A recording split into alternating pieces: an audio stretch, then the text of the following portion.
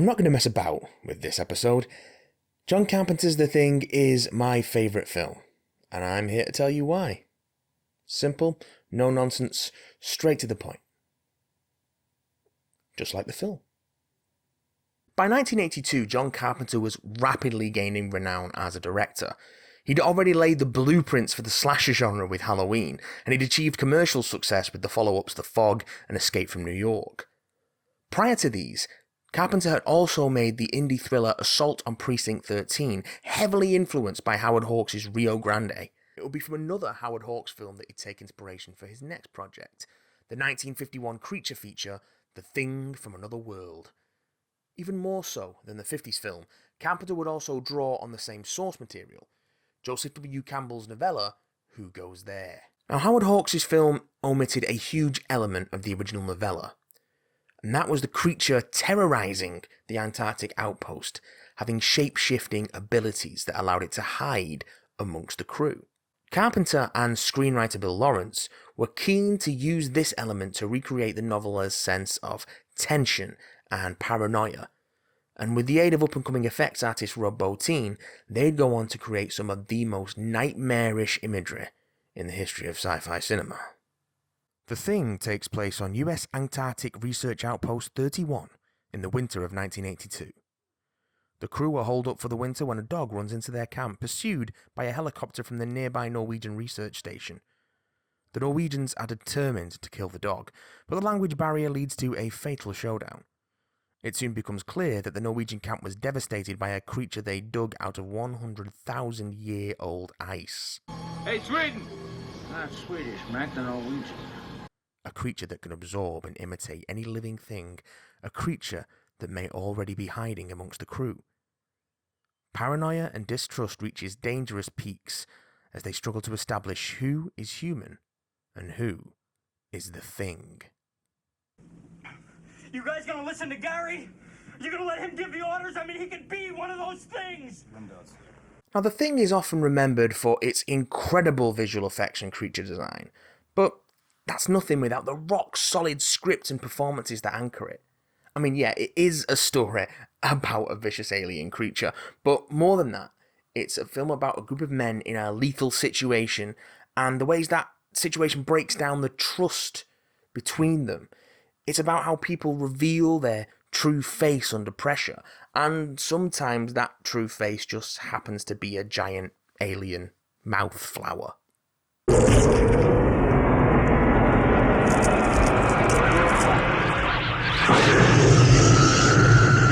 Now, Kurt Russell was already a 20-year veteran in front of the camera, and had grown up on screen from TV bit parts to headlining a handful of live-action Disney movies, and was starting to make inroads on a career as a serious movie star. And he'd already worked with John Carpenter on Escape from New York and the TV biopic Elvis, and so here he anchors the incredibly strong cast admirably. Everyone follows his lead in taking the material 100% seriously and playing it completely straight. Our protagonist, R.J. McCready, is a stoic but likeable presence, and Russell's performance is wonderfully understated. Even when faced with impossible, terrifying creatures, McCready remains calm, unflappable. When mistrust comes to a head and seemingly the whole camp turns against McCready, he regains control with calm, softly spoken, and absolutely sincere threat. Anyone messes with me and the whole camp goes. Nothing really shakes Mac, and the other character's respect for this trait in him leads to him emerging as a leader in this horrifying crisis, even if he has to earn some trust the hard way. Kurt Russell is a joy to watch in this movie. There's none of the snark or wisecracking that has become more and more common in genre protagonists and can undermine a film's tone and stakes if poorly done. So much of McCready is behind those icy blue eyes, and Russell does just enough to get it across. It's a really special performance, and in a film packed with such great actors, that's really saying something.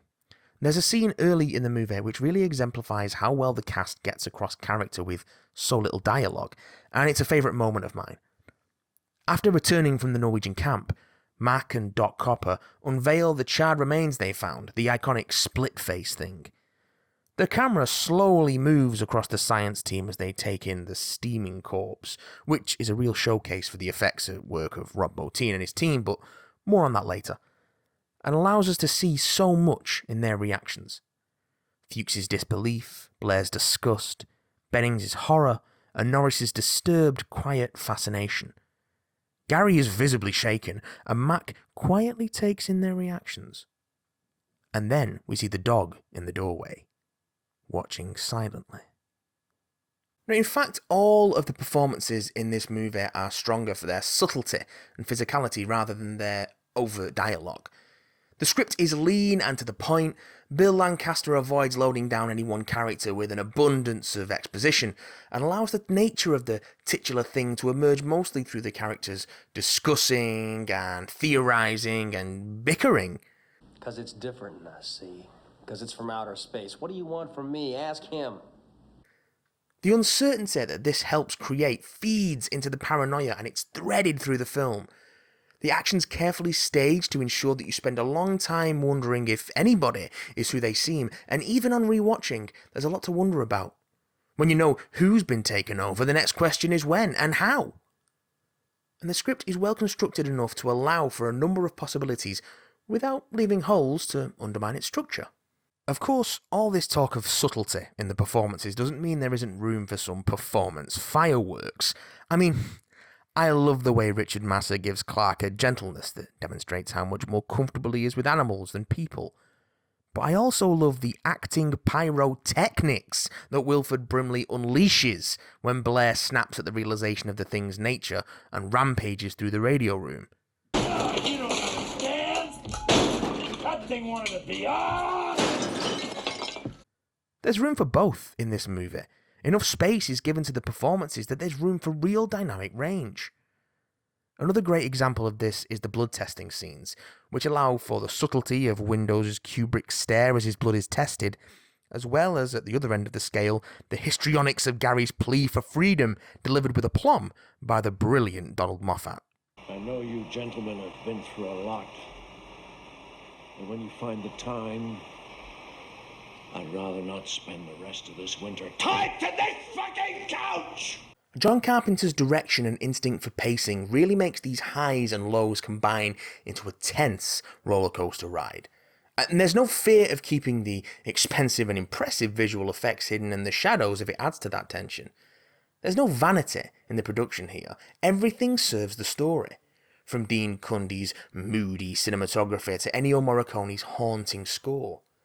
Stark, bright white wastes and a pulsing bass riff set the stage for the terror which is to come in the shadowy night. Howling winds and anxious strings join with inhuman moans and shrieks, and all this sets the stage brilliantly for the title creatures released by the incredible work of Rob Bottin and his team. Bottin took a fearless approach to the material here. The question, can this be done, was never on his mind. It was only ever, how will we do it? The effects team threw everything they could at it. Animatronics, puppeteering, miniatures, models, even stop motion. The infirmary scene late in the movie, when one of the men is revealed to be a thing after suffering a heart attack, is chock full of all sorts of brilliantly done effect shots. It's a real showcase for the work done here. You got fake tearaway limbs, replacement chest models with jaws, the Spiderhead animatronic, all sorts of goo and latex, and a ton of fire. It's an absolute tour de force. Despite the body horror nature of the thing's transformations, there's actually less gore on display than one might expect. While there's certainly some maiming and a couple of autopsy scenes, a lot of the fluids thrown around are actually greens, yellows, and purples rather than traditional red blood. And this was a choice Bottin made to make the thing appear even more alien and strange. And Carpenter thought that covering everything in blood would detract from the real horror of the twisted designs Bottin's team created. I mean, make no mistake, The Thing is a film that does not shy away from creature carnage, but that's far from the most terrifying part of the movie. I think that's probably why the film was so poorly received by critics and audiences when it first released. They expected a B-movie creature feature, but they got something much more subtle and intelligent beneath the ripping rubber and lurid latex. and that didn't jive with their preconceived notions. Time has been kind to The Thing, however, and it's since been reassessed as a horror classic and one of Carpenter's finest works. John Carpenter himself has said it might well be the work he's most proud of, and he was so heartbroken by its poor reception that he didn't talk about it for years after its release. As a franchise, The Thing has spawned a 2011 film prequel, solid enough but lacking in comparison to this, several sequel comics of varying quality from Dark Horse in the 90s, and a well-regarded sequel video game for Xbox, PC and PS2 in 2002. A modest legacy for such a classic. But The Thing truly lives on in the way that it's influenced the genre and inspired filmmakers and writers with new nightmares to haunt the shadowy winter wastes of the dark corners of our imagination. You believe any of this voodoo bullshit, Blair? I first saw The Thing, or part of it anyway, by accident, way too young. I don't remember exactly when.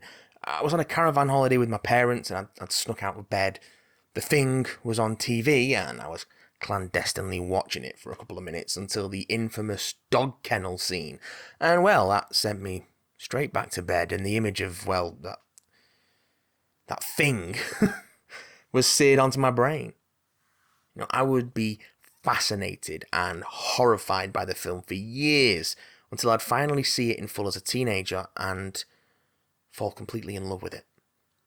There's so much to it, so much depth and character beneath the creature feature veneer.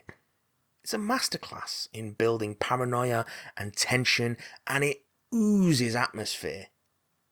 I love The Thing. And that's all there is to say about that. Fuck you too! And that brings us to the end of another Big Damn Love. Thank you so much for watching, and as always, let us know your feelings on The Thing and the prequel. I'm a Thing prequel defender, so let me know what you think about that as well. Let us know in the comments at BigDamnCast on Twitter, BigDamnContact@gmail.com. Don't forget the Big Damn Cast every Thursday wherever you get podcasts, and every Friday here on YouTube.